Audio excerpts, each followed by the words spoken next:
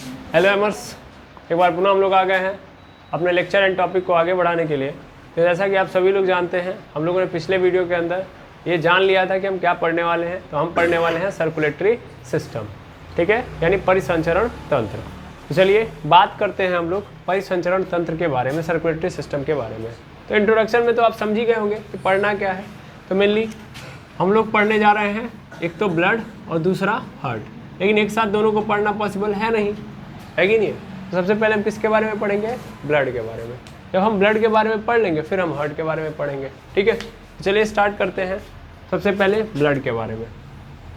तो mainly blood क्या है, यहाँ पे देखेंगे ब्लड क्या है। ब्लड को बोलते हैं एकदम सीधा सीधा रक्त। आप अपनी भाषा में क्या बोलते हैं? खून। यही क्या है?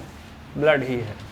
अब मेनली ब्लड है क्या, अगर हम बात करें तो बॉडी के अंदर आप सबको पता है कि हमारा जो शरीर है वो 4 तरीके के कोशिकाओं से मिलकर बना होता है, सॉरी ऊतकों से मिलकर बना होता है। 4 तरीके के ऊतक होते हैं, है ना। मेनली अगर मैं यहाँ पे टिश्यू की बात करूँ तो 4 तरीके के टिश्यू होते हैं हमारी ह्यूमन बॉडी के अंदर। देखना, ह्यूमन बॉडी की बात हो रही है, ठीक है ना, ह्यूमन बॉडी। तो ह्यूमन बॉडी के अंदर जो टिश्यू होते हैं वो 4 प्रकार के होते हैं। ये पिछली क्लास के अंदर भी बताया गया है और इस क्लास में भी समझ लो। 4 कौन कौन से हैं? सबसे पहला जो टिश्यू होता है वो कौन सा होता है? एपिथेलियल टिश्यू, ठीक है, एपिथेलियम टिश्यू। फिर दूसरे नंबर पे आता है जो वो होता है हमारे पास मसल्स टिश्यू। यहाँ पे लिखते हैं हम लोग मसल्स टिश्यू, मसल्स टिश्यू, ठीक है। फिर तीसरे नंबर पे आप देखोगे तो तीसरे नंबर पे हमारे पास जो टिश्यू आता है उसका नाम क्या है? तो कनेक्टिव टिश्यू, है ना, तो कनेक्टिव टिश्यू है। और चौथे नंबर पे जो टिश्यू आता है उसका नाम क्या है? तो वो है हमारे पास क्या है? नर्व्स टिश्यू, है ना, नर्व्स टिश्यू या नर्वस टिश्यू भी बोल सकते हो। तो मेनली ये 4 तरीके के टिश्यू होते हैं। एपिथेलियम टिश्यू क्या करता है? किसी भी ऑर्गन की, देखो हमारी ह्यूमन बॉडी के अंदर मैंने बोला ना, ह्यूमन बॉडी 4 तरीके के टिश्यू से मिलकर बनी। तो ह्यूमन बॉडी के अंदर है क्या? ऑर्गन ही तो है। तो ये ऑर्गन 4 तरीके के टिश्यू से मिलकर बने होंगे, epithelium, muscles, connective and nervous. Mainly epithelium tissue क्या करता है? तो एक्चुअल में ऑर्गन की बाहरी लेयर को क्या करता है? बनाता है। ये ऑर्गन है तो इस ऑर्गन की बाहरी लेयर को कौन बनाएगा? Epithelium tissue. मैं यहाँ पे एक स्ट्रक्चर डिफाइन करता हूँ। सपोज कर लो कि ये है एक कोई ऑर्गन, तो इसकी जो बाहरी लेयर होगी, ये बाहरी लेयर यही क्या होगी? एपिथेलियम टिश्यू की होगी। फिर इसके अंदर भाई काम करना है ना इस ऑर्गन को, तो काम करेगा तो इसके लिए क्या चाहिए? इसके अंदर मसल चाहिए ना भाई। अच्छा ये बताओ, खोखली चीज़ नहीं ना कोई काम कर पाएगी, चाहिए कि नहीं चाहिए? प्रोटीन वगैरह चाहिए। तो उन प्रोटीन वगैरह से क्या बनता है? मांस बनता है। तो मेनली इस ऑर्गन के अंदर क्या है? ये मांस वाला पोर्शन है, ये मांस वाला पोर्शन है। तो इसको हम लोग किस नाम से जानते हैं? मसल्स टिश्यू के नाम से। अब इस मांस को, चूंकि ये क्या कर रहा है, मांस के द्वारा ये ऑर्गन बना हुआ है, तो ये काम कर रहा है। तो काम कर रहा है तो इसको क्या चाहिए? खाना पानी चाहिए कि नहीं चाहिए? तो खाना पानी पहुंचाने के लिए हमको किसकी ज़रूरत पड़ेगी? किसी ऐसे लोगों की जरूरत पड़ेगी जो पेट, क्योंकि खाना हमारे पास डायरेक्ट नहीं आएगा, कोई लेके आएगा। पेट खाना बनाता है तो इसके बाद लेके पहुंचाता तो है नहीं, तो पेट से कोई ले जाके वहाँ तक पहुंचाएगा। तो इसलिए मसल्स के अंदर फिर क्या होगा? मसल्स के अंदर क्या होगा? एक और टिश्यू आएगा जिसको हम लोग क्या नाम देते हैं? Connective tissue. और ये कनेक्टिव टिश्यू कोई और नहीं है, यही है आपका ब्लड। क्योंकि खाना पानी पहुंचाना हो, गैस वगैरह का ट्रांसपोर्टेशन करना है, क्योंकि भाई किससे मिलके बनेगा? टिश्यू सेल से मिलके बनता है। तो ये सभी के सेलों को, जो मसल्स के अंदर जो सेल हैं, मसल सेल हैं, इनको क्या करना पड़ेगा? देना पड़ेगा ना खाना पानी। और वो कौन देगा? ब्लड। तो ब्लड क्या है? कनेक्टिव टिश्यू है। और चूंकि ये काम कर रहा है, तो कैसे काम करना है, कब काम करना है, क्या काम करना है, इसके लिए इसको एक कमांड भी देने की ज़रूरत पड़ेगी। अगर कमांड नहीं रहेगा तो जब मन करेगा तब कुछ करने लगेगा ये, है ना। बताओ, एक बात बताओ, पेट जो होता है वो एंजाइम तब रिलीज करता है जब खाना आता है। तो ये कहता कौन है कि अब इस समय तुमको एंजाइम रिलीज करना है? ये कौन कहता है? ब्रेन कहता है ना। अच्छा, ब्रेन ना कहे, सपोज कर लो ब्रेन नहीं कह रहा है, ब्रेन से कोई लेना देना नहीं डाइजेस्टिव सिस्टम का, तो डाइजेशन के लिए जो एंजाइम होंगे वो अपने आप निकल रहे होंगे। खाना आएगा तो भी, नहीं आएगा तो भी निकल रहे हैं। और अब मान लो अगर ज़रूरत से अधिक या आवश्यकता से अधिक निकल रहा है, या आवश्यकता भी नहीं है तो भी निकल रहा है, तो हमारे लिए हार्मफुल हो जाएगा ना। फिर हमारा डाइजेस्टिव सिस्टम काम कर पाएगा? नहीं काम कर पाएगा, क्योंकि भाई हमको ज़रूरत नहीं थी फिर भी निकल रहा है। जैसे HCl है हमारे पेट के अंदर, तो HCl को कितना बनना चाहिए कितना नहीं बनना चाहिए कौन कंट्रोल कर रहा है? हमारा ब्रेन। HCl एक्चुअल में क्या है? एक बहुत खतरनाक एसिड है। अगर सपोज कर लो क्या हुआ, अगर ये अपने आप एक्स्ट्रा हो गया, बढ़ गया, इसकी मात्रा क्या हो गई? बढ़ गई, तो ये क्या कर देगा? पेट को जलाने लगेगा। ऊपर आने लगा तो फिर क्या होगा, ये सब जलने लगेगा। इसोफेगस तक अगर आ गया तो फिर जलने लगेगा। सपोज को लोग बढ़ रहा है, मतलब HCl बनना अपने आप स्टार्ट हो चुका है और वो बंद नहीं हो रहा है, क्योंकि इसके ऊपर कोई कंट्रोल करने वाला है नहीं। अब बढ़ते बढ़ते बढ़ते बढ़ते बढ़ते कहाँ आ जाएगा वो, इसोफेगस के रास्ते मुंह तक आ जाएगा, नहीं आ जाएगा, पूरा इसोफेगस खराब कर देगा, जला देगा, पूरा मुंह जला देगा। समझ पा रहे हो नहीं समझ पा रहे हो? कौन? HCl। लेकिन क्या ऐसा होता है? नहीं, क्योंकि ब्रेन का हमारे ऊपर क्या है, कंट्रोल है। अब ब्रेन तो यहाँ है तो कंट्रोल कैसे करेगा, इसलिए ब्रेन ने भी क्या किया हुआ है, एक सिस्टम पूरा फैला के रखा हुआ है। उसने भी क्या किया है कि कहा है कि भाई जिन जिन ऑर्गन्स के द्वारा, मतलब जिन जिन ऑर्गन को मेरे द्वारा कंट्रोल चाहिए, उन ऑर्गन को अपने अंदर क्या फिट करना पड़ेगा, नर्व टिश्यू। इन नर्व टिश्यू के थ्रू ही मैं उस ऑर्गन को क्या करता हूँ, कमांड करूँगा। तो इसका मतलब इसी मसल्स टिश्यू के अंदर ही क्या होंगे, क्या होंगे, नर्व टिश्यू भी होंगे। समझ में आ नहीं आया? तो नर्व टिश्यू के थ्रू क्या हो रहा होगा, कमांड हो रहा होगा, तब जाके ये जो ऑर्गन है अच्छे तरीके से काम कर पाएगा। समझ में आया ना? तो ऑर्गन कैसे काम करेगा आपको समझ में आया? है ना? एक ऑर्गन मेनली 4 तरीके की टिश्यू से मिलकर बना होता है, epithelium, muscles, nervous tissue and connective tissue. Blood देखा आप लोगों ने, ब्लड क्या है, कनेक्टिव टिश्यू, क्योंकि यही जो है जो बाकी सभी लोगों से, बाकी सभी ऑर्गन से क्या करता है, कनेक्ट करके रखता है। इसका नाम ही ऐसा है कि इससे आप आसानी से पहचान सकते हो कि ये ब्लड की बात हो रही है। कनेक्टिव टिश्यू जो सभी लोगों से क्या करके रखे, कनेक्ट करके रखे। और ब्लड एकमात्र ऐसा कंपोनेंट है हमारी बॉडी के अंदर जो सभी ऑर्गन को आपस में क्या करके रखता है, कनेक्ट करता है। सोचो कैसे, कैसे? यही ब्लड डाइजेस्टिव सिस्टम के पास भी जाता है, यही ब्लड रेस्पिरेटरी सिस्टम के पास भी जाता है, यही ब्लड किडनी के पास भी जा रहा है, यही ब्लड लीवर के पास भी जा रहा है। तो सभी ऑर्गन से परिचित है कि नहीं है? जबकि ध्यान से सुनो, क्या लीवर किडनी के पास जा सकता है? लीवर किडनी के पास जा सकता है? डाइजेस्टिव सिस्टम किडनी के पास जा सकता है? नहीं जा सकता। ये लोग आपस में संपर्क में नहीं है कि नहीं है? ये लोग एक जगह पे फिक्स हैं। लेकिन कौन ऐसा है जो इनके पास, मतलब सभी के बीच में संपर्क बनाए हुए है? तो वो है ब्लड। तो इसीलिए ब्लड क्या है, blood it is a connective tissue. याद रखेंगे, ये है कनेक्टिव टिश्यू। कोई दुविधा नहीं होनी चाहिए, ठीक है? अब मेनली जो ब्लड होता है वो 2 कंपोनेंट से मिलके बना होता है। ब्लड जो होता है, पहले हम देखेंगे, देखो ब्लड के अंदर भी कहानी बहुत ज़्यादा डिफरेंट है। सबसे पहले हम ब्लड की कहानी में ये देखेंगे कि ब्लड के अंदर है क्या आखिर। पहले तो ये पढ़ेंगे हम, फिर दूसरा हम ये पढ़ेंगे कि आखिर ब्लड हमारे बॉडी के अंदर रहता कैसे है।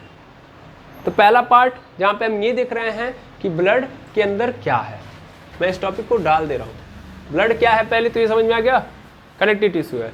तो हम ये देख रहे हैं कि ब्लड के अंदर क्या है।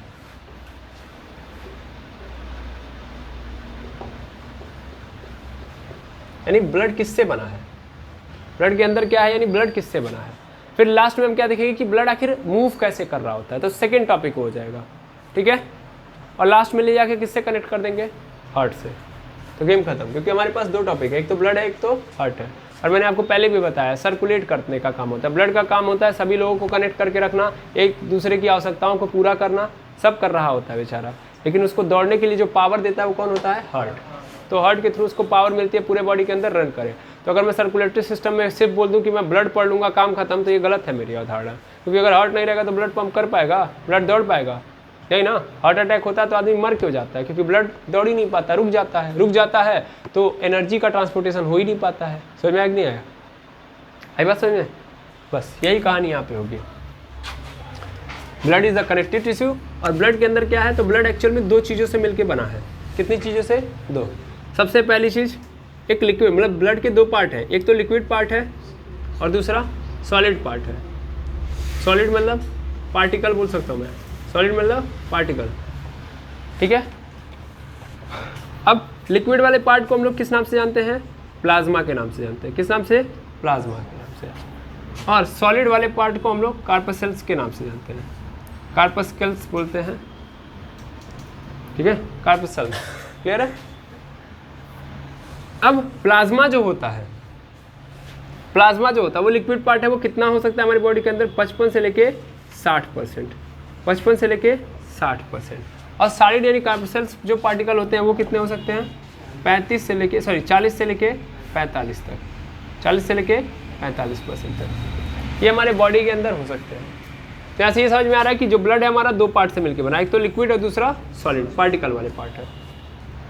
प्लाज्मा जो है कितना % है हमारी बॉडी के अंदर, 55 से 60। अच्छा प्लाज्मा लिक्विड पार्ट है, तो आखिर लिक्विड के अंदर क्या है, यानी इस प्लाज्मा के अंदर भी क्या है? तो यार इसके अंदर ज़्यादा कुछ नहीं है, इसके अंदर दो चीज़ें हैं, दो चीज़ें मतलब बहुत ज़्यादा कुछ नहीं है। एक तो वाटर है, दूसरा प्रोटीन है, दूसरा क्या है? प्रोटीन है, फिर कार्बोहाइड्रेट है। समझ में आ रहा है? और भी चीज़ें हैं मिलनी, ये दो तीन चीज़ें आपको मेन मिलेंगी। सबसे ज़्यादा इसके अंदर पानी है, 90% तो इसके अंदर पानी है, और बाकी 10% में ये दोनों है। समझ में आया? बाकी 10% में ये दोनों है, प्रोटीन और कार्बोहाइड्रेट दोनों पाए जाएंगे। मतलब प्रोटीन की जब बात करोगे तो प्रोटीन में भी दो बहुत इंपॉर्टेंट प्रोटीन आपको याद होने चाहिए। दो बड़े इंपॉर्टेंट प्रोटीन है जो आगे जाके बड़ा इंपॉर्टेंट रोल निभाते हैं। प्रोटीन तो कई हैं, देखो ऐसा नहीं कर सकता कि मैं एक दो प्रोटीन है, केवल बहुत सारे प्रोटीन है, लेकिन हमको मेन प्रोटीन जानना जरूरी है। इसमें दो ऐसे प्रोटीन है जो बड़े इंपॉर्टेंट रोल निभाते हैं, और उसमें मैं यहाँ पे लिखूंगा। तो पहला प्रोटीन जो है हमारे पास वो है फाइब्रिनोजेन। कौन सा है?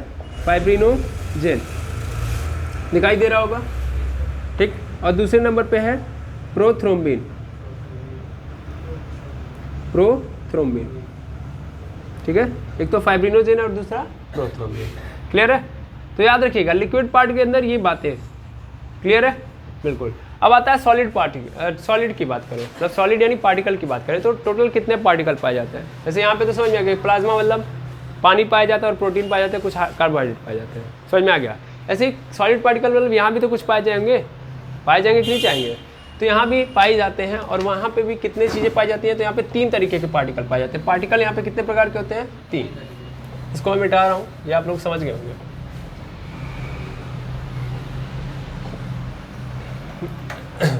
अब देखिएगा, यहाँ से मैं इसको आगे की ओर बढ़ाऊँ, इट मीन्स मैं यहाँ पे लेके आ रहा हूँ, ठीक है। हिंदी में तो इसको देखो, प्लाज्मा को तो प्लाज्मा ही बोलते हैं, ठीक है। मेनली इसको हम लोग क्या बोलते हैं? रुधिराणु बोलते हैं। क्या बोलते हैं? रुधिराणु। तो अगर हम बात करें रुधिराणुओं की, रुधिराणु, तो रुधिराणु जो होते हैं वो 3 प्रकार के आपको मिलेंगे। कितने प्रकार के? 3। और इन सब का आप नाम जानते हो, है ना। सबसे पहले हमारे पास आता है RBC, ठीक है। दूसरा होता है WBC, और तीसरा होता है प्लेटलेट्स, ठीक है। RBC यानी रेड ब्लड सेल,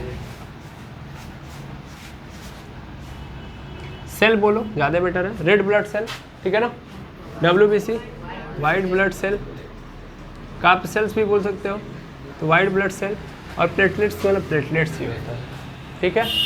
हिंदी में इसको क्या बोलेंगे?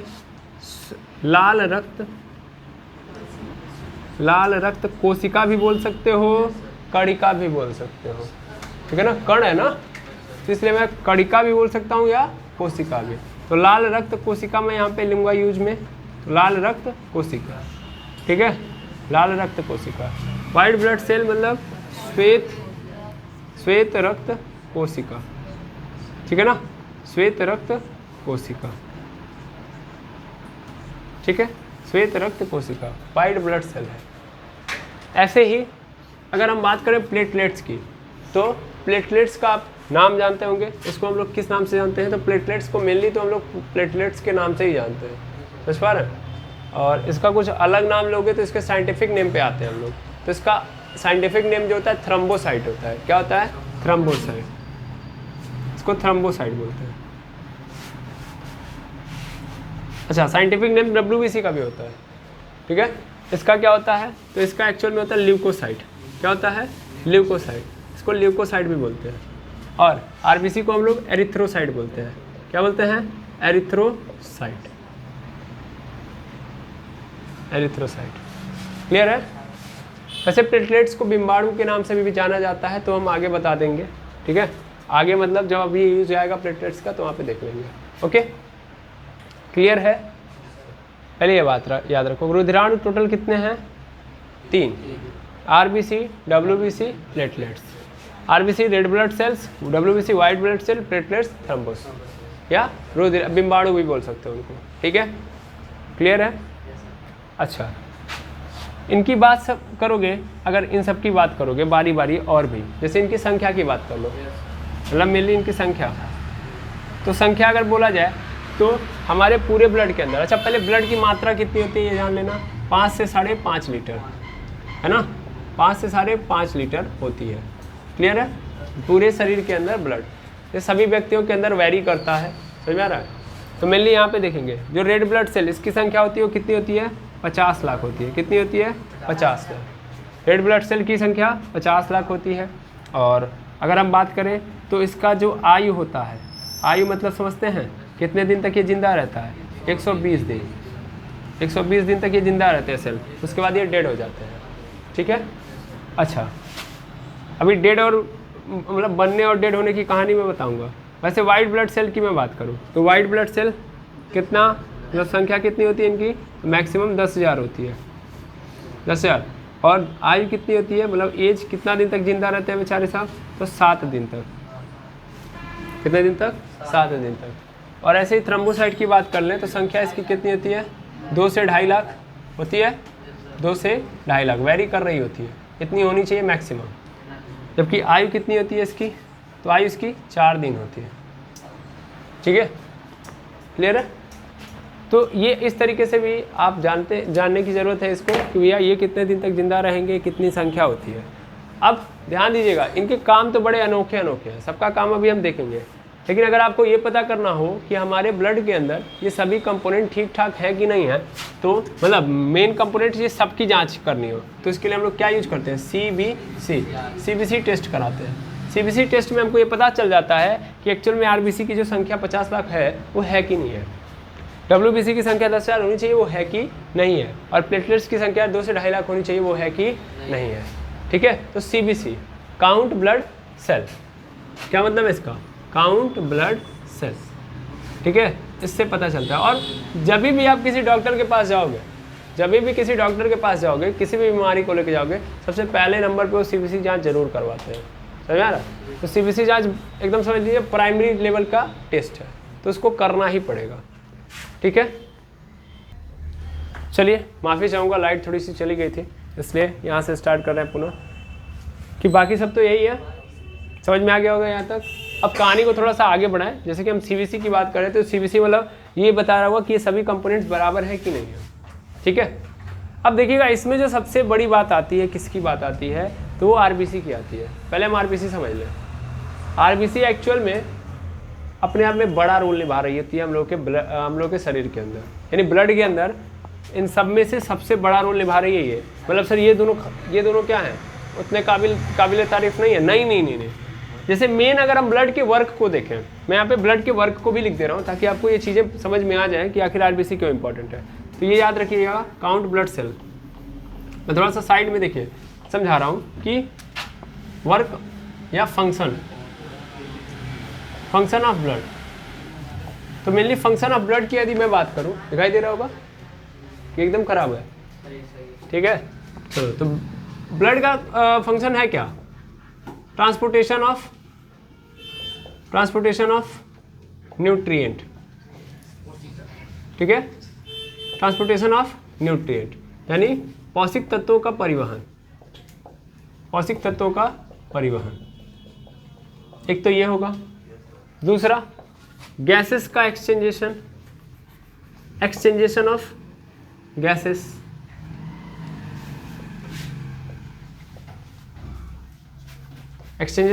गैसेस। ठीक है?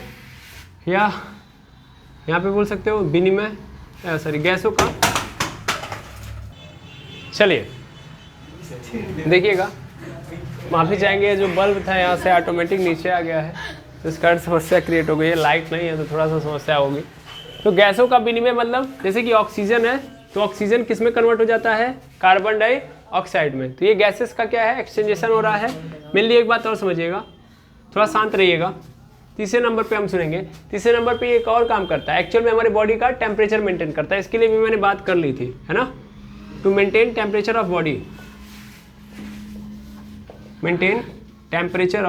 बॉडी, तो बॉडी का टेम्परेचर भी क्या करता है? मेंटेन करता है। क्योंकि देखो, ब्लड क्या कर रहा होता है? नियमित रूप से क्या कर रहा होता है? दौड़ रहा होता है, रन कर रहा होता है। और रन करने से आपको सीधी सीधी बात पता है कि काइनेटिक एनर्जी निकलेगी, मतलब काइनेटिक एनर्जी के कारण ही वो दौड़ रहा है। और जब वो दौड़ेगा तो काइनेटिक एनर्जी आएगी, और काइनेटिक एनर्जी आएगी दैट मीन्स 100% थर्मल एनर्जी आएगी, यानी उसमें ऊर्जा उत्पन्न होगी। अरे भाई, तुम दौड़ते हो तो तुम्हारे पास काइनेटिक एनर्जी आती है। वो काइनेटिक एनर्जी फिर किस में कन्वर्ट होती है भैया? थर्मल एनर्जी में। अच्छा, उसको काइनेटिक एनर्जी दे कौन रहा है? हार्ट दे रहा है। हार्ट ही तो पंप करता है, इसके कारण एनर्जी मिलता है ब्लड को, और ब्लड क्या कर पाता है? दौड़ पाता है। लेकिन दौड़ने से क्या होगा? थर्मल एनर्जी तो आएगी ना, और वही थर्मल एनर्जी यानी उसमें ऊर्जा के कारण हमारे बॉडी का जो टेम्परेचर होता है 98.6 डिग्री फ़ारेनहाइट हो पाता है। समझ में आ रहा है? तो चूंकि ब्लड निरंतर दौड़ रहा है तो इसलिए हमारा जो शरीर होता है गर्म होता है। अब जब हमारी डेथ हो गई सपोज कर लो, तो डेथ होने के बाद क्या होता है? खत्म। क्या खत्म? शरीर ठंडा हो जाता है कि नहीं हो जाता है? आप लोग कभी देखे होंगे कि कभी कभी ऐसी भी स्थिति आती है कि कभी कभी देखते होंगे आप लोग कि जैसे तबीयत बहुत ज़्यादा खराब हो गई और बॉडी एकदम ठंडा पड़ने लग रहा है, तो लोग डर जाते हैं, लोग जल्दी से मालिश कर रहे होते हैं, रब कर रहे होते हैं ताकि हीट पहुँचे उसको। समझ में आ रहा है ना? पैर में उसको क्या कर रहे होते हैं? हीट दे रहे होते हैं। समझ में आ रहा है ना? तो क्यों आखिर काहे उनको डरने लगते हैं? क्योंकि अगर शरीर ठंडा पड़ गया तो इसका मतलब ब्लड क्या है? स्लो चल रहा है भाई। और ब्लड का प्रेशर लो होने का मतलब हार्ट अब धीरा काम कर रहा है। धीरा काम करने का मतलब आपकी स्थिति अब गंभीर है। समझ में आ रहा है? समझ में आ रहा है कि नहीं आ रहा है? तो अगर बॉडी का टेम्परेचर मेंटेन नहीं हुआ तो भी समस्या है, क्योंकि उसी टेम्परेचर में जो बाकी ऑर्गन है वो काम कर सकते हैं। जैसे हम लोग यहाँ पे काम करते हैं तो नॉर्मल टेम्परेचर हमारा 30 से 40 डिग्री सेल्सियस है। अब हम ऐसी जगह पे चल जाएं जहाँ -30 से 40 डिग्री सेल्सियस है, तो हम ये काम कर लेंगे? मैं कैमरा ऐसे लगाऊंगा, आराम से रिकॉर्ड कर रहूँगा, ऐसे कर ही नहीं पाऊंगा मैं। लेकिन वहाँ पे वो लोग कर ले रहे होंगे जो वहाँ पे जीवन भर रह रहे हैं। तो हमारा इन्वायरमेंट यहाँ का है तो हम जीवन भर ऐसे काम कर सकते हैं। वैसे हमारे बॉडी के ऑर्गन है, ये हमारे बॉडी के ऑर्गन जो काम कर रहे हैं उनको ये काम करने के लिए स्पेसिफिक 98.6 डिग्री सेल्सियस का 98.6 डिग्री फ़ारेनहाइट का टेम्परेचर चाहिए। अगर ये टेम्परेचर नहीं मिला हमारी बॉडी के ऑर्गन्स को तो काम करना बंद कर देंगे। समझ में आया कि नहीं है? आया? तो एक्चुअल में बेचारा ब्लड जो है टेम्परेचर भी मेंटेन कर रहा है हमारी बॉडी का। क्लियर? और क्या कर रहा है? तो अभी इतना ही नहीं खत्म हुआ, अभी ये वेस्टेज को भी क्या कर रहा है? ट्रांसपोर्ट कर रहा है। जो खराब पदार्थ हैं उनको भी बेचारा क्या कर रहा है? ट्रांसपोर्ट करा रहा है एक जगह से दूसरे जगह पे। ठीक है ना? तो waste transportation of wastage, waste material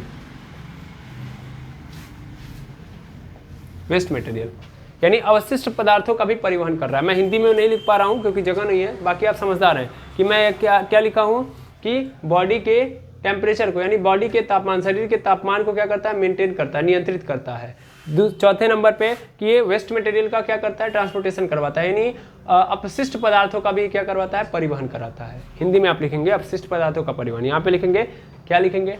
कि शरीर के तापमान को नियंत्रित करता है। कैसे करता है? समझ में आ रहा है? यहाँ पे एक्सचेंजेशन कैसे हो रहा है? समझ में आ रहा है? बिल्कुल समझ में आ रहा है। ये हम लोगों ने रेस्पिरेटरी सिस्टम के अंदर पढ़ लिया है, कैसे ये पौष्टिक तत्वों का परिवहन करा रहा है। डाइजेस्टिव सिस्टम में पढ़ लिया है कि नहीं है? हम खाना खाते हैं, पेट में जाता है, स्मॉल इंटेस्टाइन में। स्मॉल इंटेस्टाइन में क्या होता है? विलाई पाइप होती है, वहाँ से कौन कनेक्टेड होता है? ब्लड कनेक्ट होता है। उस ब्लड के रास्ते पूरा का पूरा जो क्या होता है, ये पूरा का पूरा जो खाना होता है, जो पचा है, टूटा हुआ है, वो ब्लड के अंदर चला जाता है। फिर ब्लड कहाँ ले जाता है? कोशिकाओं के पास। फिर वो कोशिकाएं क्या मांगती हैं उसके बदले में? मतलब तोड़ने के लिए ऑक्सीजन की रिक्वायरमेंट करती है, तो फिर यही जाता है ब्लड लंग्स के पास, वहाँ से ऑक्सीजन लेता है, फिर ला के देता है। फिर उसके बदले में ये जो सेल है उनको कार्बन डाइऑक्साइड देती है, फिर उस कार्बन डाइऑक्साइड को कहाँ लाता है? कहाँ ला के रखता है? तो ला के रख देता है लंग्स के पास। ठीक है? तो ये कर रहा होता है कि नहीं कर रहा होता है? और इस कारण बॉडी का टेम्परेचर भी मेंटेन हो रहा है क्योंकि लगातार दौड़ रहा है। अब आपके मन में चल रहा होगा सर वेस्ट मटेरियल का कैसे ये क्या कर रहा है? ट्रांसपोर्टेशन कर रहा है। तो ये भी क्वेश्चन बनता है। आप दवाएं खाते हो तो बहुत सारी दवाएं क्या होती हैं? एकदम अच्छी होती हैं, बॉडी ले लेती है, ऐसा कुछ नहीं। दवाएं आपके लिए क्या हार्मफुल हैं? वो एक प्रकार से वेस्ट मटेरियल है। जितना होना चाहिए उनका यूज उतना ही होता है, बाकी वो क्या होती हैं? हमारे ब्लड के अंदर ऐसे घुली रह जाती है। जैसे बहुत सारे ऐसे खाने आप खाते हो जो डाइजेस्टिव सिस्टम क्या कर देता है? डाइजेस्ट करके ब्लड को दे देता है। ब्लड जब सेल के पास ले जाता है तो सेल नहीं लेता है उसको, समझ पा रहे हो? तो कहाँ पे रह जाता है? वो एक वेस्ट की तरह कहाँ पे रह जाता है? ब्लड के अंदर। तो फिर ये ब्लड क्या करता है? उसको भी ट्रांसपोर्ट करा रहा होता है। तो मेनली ब्लड क्या हो जाता है? खराब हो जाता है। इसलिए ब्लड को शुद्ध करने के लिए हम लोगों के बॉडी के अंदर एक ऑर्गन है किडनी। तो किडनी क्या करता है? किडनी हमारे बॉडी के अंदर जितने भी खराब चीज़ें हैं जो ब्लड के अंदर घुली हुई हैं उन सबको छानता है। छान के उनको उसको किस फॉर्म में कन्वर्ट करता है? यूरिन के फॉर्म में। समझ में आ रहा है? यूरिन के फॉर्म में कन्वर्ट करके फिर कहाँ निकाल देता है? बाहर। समझ में आ रहा है? क्लियर? इस बात को याद रखिएगा। तो मेनली ये 4 काम कर रहा है। इसमें जो आप ये दो काम देख पा रहे हो, transportation of nutrient and transportation of sorry exchangeation of gases, ये एक्चुअल में आरबीसी करा रहा होता है। समझ में आ रहा है? आरबीसी ये काम कराता है, इसीलिए मैंने बोला कि ये बड़ा मेन रोल निभाता है। समझ में आया? इस बात को याद रखिएगा कि आरबीसी ही न्यूट्रिएंट का ट्रांसपोर्टेशन कराता है और आरबीसी ही गैसेस का एक्सचेंजेशन कराता है। समझ में आया? तो अगर आरबीसी कम होता है, अच्छा एक बात और समझिएगा, जब हम लोगों ने रेस्पिरेटरी सिस्टम पढ़ा था तो हम लोगों ने समझा था कि एक्चुअल में आरबीसी, जिसको हम लाल रक्त कोशिका कहते हैं, मेनली ये लाल रंग की होती है। तो इनके लाल रंग का होने का कारण क्या है? इनके लाल रंग होने का कारण है इसके अंदर क्या पाया जाता है? हीमोग्लोबिन। क्या पाया जाता है? हीमोग्लोबिन। और ये एक्चुअल में हीमोग्लोबिन के कारण क्या होती है? लाल होती है। अच्छा, हीमोग्लोबिन के अंदर ऐसा क्या पाया जाता है कि ये लाल होती है? तो एक्चुअल में आयरन पाया जाता है। क्या पाया जाता है? आयरन। ठीक है। अब मेनली आयरन की मात्रा आप कितनी देखोगे? तो 13.5 से 14 ग्राम पर डेसीलीटर देखोगे हमारे बॉडी के अंदर, हमारे आरबीसी के अंदर क्या होती है? हीमोग्लोबिन होती है। मेनली ऑक्सीजन को पकड़ के लंग्स से लेके सेल तक पहुंचाने का काम ये आरबीसी के अंदर जो हीमोग्लोबिन है वो कर रहा होता है। समझ पा रहे हो? ऑक्सीजन के साथ कंबाइंड होता है, ऑक्सी हीमोग्लोबिन बनाता है और ले जाके तब सेल तक पहुंचाता है। क्योंकि मैंने पहले ही बताया कि अगर ऑक्सीजन को मैंने फ्रीली छोड़ दिया तो ये ऑक्सीजन से किसी के साथ रिएक्ट करके निकल लेगा। समझ पा रहे हो? तो किसी के साथ रिएक्ट करके कहीं भी ना चला जाए, इसके लिए क्या होता है कि जो हीमोग्लोबिन होता है उस ऑक्सीजन को बांध के लेके जाता है। ऐसे ही जब उधर से कार्बन डाइऑक्साइड को लेके आना है तो वो कार्बन डाइऑक्साइड कहीं भी इधर उधर ट्रैवल ना कर जाए, तो फिर ये हीमोग्लोबिन उसको भी क्या करता है? बांध के लेके आता है। तो मेनली गैसेस का एक्सचेंजेशन आरबीसी के अंदर जो हीमोग्लोबिन है ये करा रहा होता है।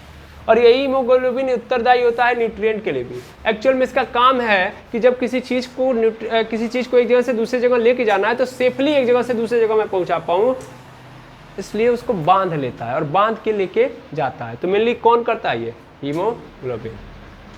ब्लड के ऊपर बहुत जिम्मेदारी है ना भाई, कि न्यूट्रिएंट मिला, पेट ने खाना दे दिया, अब उसको सेफली सेल तक पहुंचाना पड़ेगा। अगर नहीं सेल तक पहुंचाएगा तो फिर ब्लड को क्या मान लिया जाएगा? गलत मान लिया जाएगा।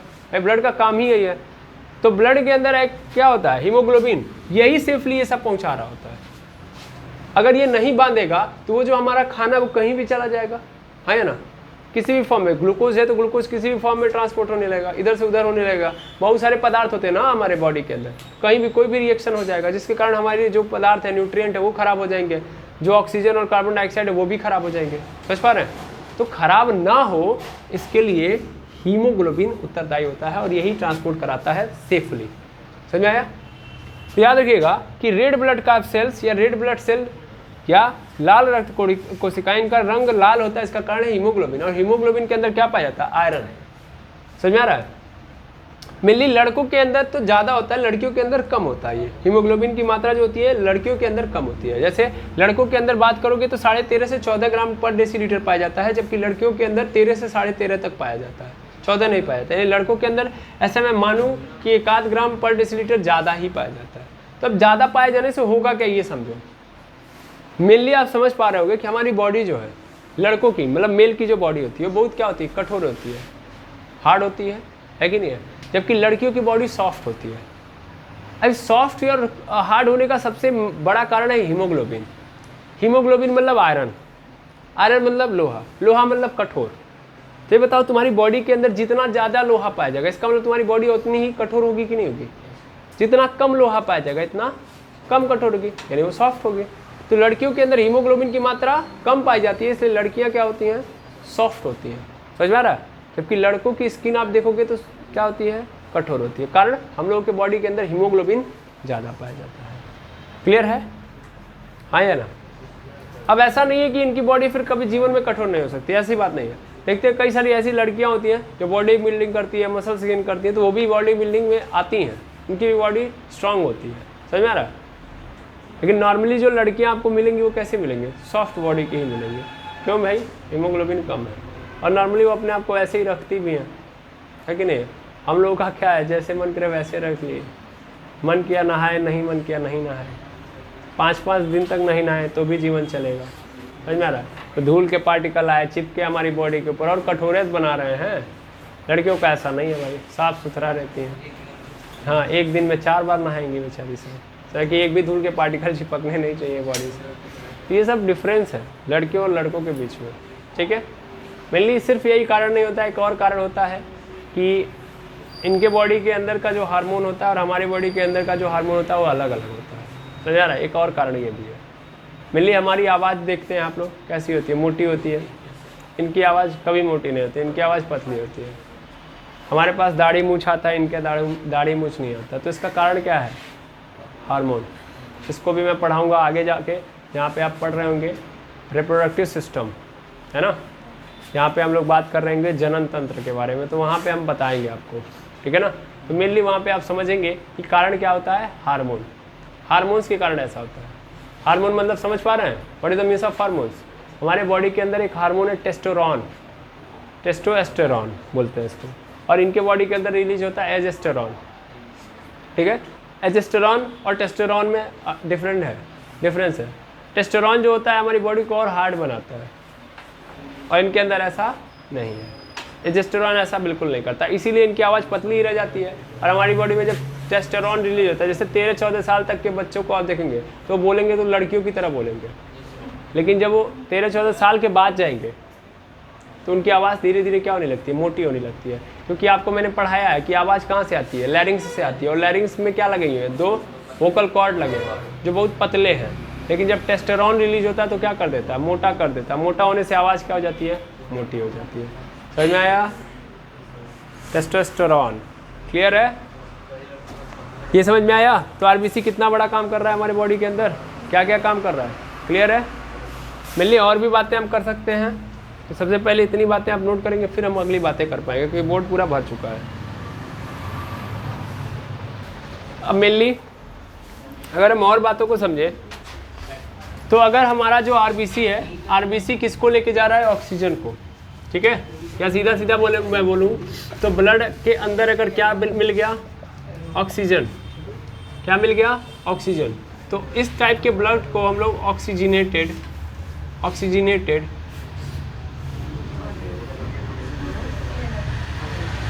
ब्लड कहते हैं, ऑक्सीजनेटेड ब्लड कहते हैं। और यदि ब्लड के अंदर क्या मिल गया, कार्बन डाइऑक्साइड, तो इसको क्या बोलते हैं, डीऑक्सीजनेटेड ब्लड कहते हैं, ठीक है। ऑक्सीजनेटेड ब्लड को हम लोग एक्चुअल में शुद्ध रक्त बोलते हैं, और डीऑक्सीजनेटेड ब्लड को अशुद्ध रक्त कहते हैं, ठीक है। अब ज़्यादातर ये माना जाता है कि जो ऑक्सीजनेटेड ब्लड होता है उसका कलर कैसा होता है, रेड होता है, ठीक है, जबकि डीऑक्सीजनेटेड ब्लड का ब्लू हो जाता है। कलर की बात करें, इसके लिए मैं आपको एक इमेज दिखाना चाहूँगा, यहाँ पे आप देख सकते हो, देखना है यहाँ पे आगे मैं दिखा रहा हूँ। देखिए यहाँ पे ये ब्लड कैपिलरी है, मतलब इसके अंदर ब्लड जा रहा है। यहाँ पे देख पा रहे हो कि ऑक्सीजन मिला है, न्यूट्रिएंट मिला है। ये देखिए ये लेके आ रहा है, और ये किसको दे रहा है, बॉडी को दे रहा है, हाँ या ना, बॉडी के सेल्स को दे रहा है, कौन, ये ब्लड दे रहा है ना। और ये पहले कैसा है, रेड है, लेकिन जब ये दे देता है, देखो ये क्या कर देता है, दे देता है, तो उसके बाद इसका कलर क्या हो जाता है, ब्लू। क्यों? क्योंकि इसके अंदर क्या आ चुका है, कार्बन डाइऑक्साइड और वेस्ट आ चुका है। क्या आ चुका है, कार्बन डाइऑक्साइड और वेस्ट आ चुका है। समझ में आया? ये आता कहाँ से है, एरेट्री, अभी आगे समझ में आ जाएगा। आता कहाँ से है, एरेट्री से। और जब इसके पास क्या मिल जाता है, जब इसके पास मिल जाता है, क्या मिल जाता है, कार्बन डाइऑक्साइड और वेस्ट, तो किधर से निकलता है, वेन से। और ट्रांसपोर्टेशन कहाँ पे होता है, तो कैपिलरी के अंदर ट्रांसपोर्टेशन होता है। आगे सब समझ में आएगा। मेनली ध्यान से देखिएगा, तो ये क्या है, red blood cell carrying oxygen, और यहाँ पे क्या है, रेड ब्लड सेल है लेकिन बिना ऑक्सीजन के, तो विथ नो ऑक्सीजन। क्लियर है, आएगा समझ में? तो इस तरीके से आप देख पा रहे कि ब्लू कलर हो गया, ये रेड कलर हो गया। क्लियर है, समझ में आया? देखिए रेड कलर है और ये क्या है, ब्लू कलर है। रेड मतलब ऑक्सीजन मिला हुआ है, और ब्लू मतलब ऑक्सीजन नहीं है। अब क्या मिल चुका है इसके अंदर, कार्बन डाइऑक्साइड। क्लियर है? अब मिली आरबीसी की बात समझो, तो देखो आरबीसी यदि कम हो गया तो आरबीसी की कमी से जो रोग होता है, उसको एनीमिया रोग कहते हैं। कौन सा रोग, एनीमिया रोग। अब एनीमिया रोग है क्या सर, तो एनीमिया रोग कुछ और नहीं है, वो वही रोग है जो आपको लगा हुआ है। कौन सा रोग, आलस का। समझ में आ रहा है? आलस का जो रोग होता है उसी को एनीमिया रोग कहते हैं भाई। आपको बहुत ज़्यादा नींद आ रही है, समझ पा रहे हैं, रेगुलर सोने का मन कर रहा है, कुछ करने का मन ही नहीं कर रहा है, समझ में आ रहा है, कुछ करने का मन नहीं कर रहा है, कोई आपसे कोई काम भी कर दिया तो भी आपको क्या है, मन ही नहीं कर रहा है करने का, आप उसको टाल रहे हैं, अभी 5 मिनट बाद कर देंगे, 10 मिनट बाद कर देंगे। मान लीजिए जब आप सो के उठते हैं, जैसे नहीं होता, अच्छा आप कहेंगे सर सो के उठने वाले तो प्रॉब्लम सबके पास है, आप सोने जाते हो तो जब उठते हो तो उठते वक्त अलार्म लगाते हो 4 बजे उठेंगे, 4 बजे का अलार्म काटोगे 5 मिनट, मतलब स्नूज करते हो उसको, स्नूज 5 मिनट बाद फिर बजेगा, फिर काटोगे, फिर 5 मिनट बाद बजेगा। या तो कितने लोग होंगे कि अब तो उठ ही जाएंगे तो 5 मिनट और सो ही लेते हैं, मतलब अलार्म काट के उठ के फिर कहेंगे 5 मिनट और सो लेते हैं, अभी फिर चले जाएंगे, तो फिर 1-2 घंटा बाद उठेंगे, वो समझ में आ रहा है। अब वो उससे बड़े परेशान रहते हैं। तो एक्चुअल में वहाँ पे मैं ये नहीं बोल सकता कि वहाँ पे एनीमिया रोग है, समझ में आ रहा है, वो तो आपकी बॉडी का माइंडसेट है, माइंड है वो, यहाँ पे ऐसा करवाना चाहता है, भाई कौन जाएगा इतना सुबह सुबह उठ के दौड़ने, कौन जाएगा ये काम करने, तो ब्रेन चाहता ही नहीं है काम करवाना। लेकिन जब एनीमिया रोग होता है तो आपका ब्रेन नहीं बेचारा कुछ करता है, एक्चुअल में आपके अंदर पावर ही इतनी नहीं रहती कि आप कर पाए। एनीमिया रोग में होता क्या है कि आरबीसी क्या हो जाता है, कम, आरबीसी क्या हो गया, कम, तो आरबीसी कम तो आपको थकान बहुत आएगा, मतलब थकान छोड़ो यार, आलस सबसे ज़्यादा भरा पड़ा रहेगा, काम करना ही नहीं चाहोगे, काम करना ही नहीं चाहोगे, और अगर काम करना नहीं चाह रहे तो 100% एनीमिया रोग है, यानी रेड ब्लड कार्प सेल्स की या रेड ब्लड सेल की संख्या क्या है, कम है। समझ में आया कि नहीं आया? तो रेड ब्लड सेल के बारे में इतना समझ लेना। अब इसका एक और कारण बनता है कि अगर यार कम हो जाते हैं तो आखिर ऐसा क्यों होता है कि हमको क्या बोलते हैं, कमजोरी महसूस होती है, वीकनेस महसूस होती है और हम काम करना नहीं चाहते। तो इसका सीधा कारण यार, अगर ये कम रहेगा, ये कम रहेगा तो न्यूट्रिएंट का क्या सही तरीके से, मतलब हम जो खाना खाएंगे वो क्या सही तरीके से पहुंचा पाएगा सेल तक, नहीं ना। पूरा पहुंचाने के लिए संख्या भी तो होनी चाहिए, 50 लाख संख्या है, उससे कम हो जाएगी संख्या तो हमारे सेल के पास पूरा न्यूट्रिएंट नहीं पहुंच पाएगा, यानी सेल के पास न्यूट्रिएंट की क्या हो जाएगी, कमी, जिससे वो एनर्जी भी क्या करेंगे, कम बनाएंगे, और एनर्जी कम मतलब हमारी बॉडी के पास एनर्जी क्या हो जाएगी, कम। भाई एक ही कारण नहीं है, ऑक्सीजन का ट्रांसपोर्टेशन भी बहुत कम हो रहा होगा क्योंकि ये लोग कम है तो कम ही कराएंगे, समझ में आ रहा है। तो अगर न्यूट्रिएंट पहुंच भी गया तो एटीपी बहुत आसानी से नहीं बन पा रहा, दैट मीन्स आरबीसी के कमी के कारण एटीपी बहुत कम बनेगा हमारी बॉडी के अंदर, और एटीपी कम बने का हमारे बॉडी के सेल्स जो है बहुत कम चार्ज रहेंगे, यानी इनके अंदर जो एनर्जी है वो क्या हो जाएगी, कम, एनर्जी कम। इसीलिए हमको क्या नज़र आ रहा है कि कोई भी काम हम करना नहीं चाहेंगे, काम करने के लिए एनर्जी तो चाहिए भाई, और आपके बॉडी के पास एनर्जी नहीं है। क्यों नहीं है? क्योंकि आपके बॉडी के अंदर आरबीसी की कमी है। क्लियर है? तो आई होप आरबीसी तक की कहानी आप समझ गए होंगे, है ना। अब कहानी आएगी डब्ल्यूबीसी फिर प्लेटलेट्स, इसको हम नेक्स्ट वीडियो के अंदर देखेंगे, ठीक है। तो आज के लिए इतना ही, मिलते हैं नेक्स्ट वीडियो के अंदर, तब तक आप पूरा नोट बना लीजिएगा, समझ लीजिएगा, मिलते हैं नेक्स्ट वीडियो के अंदर। Thank you very much.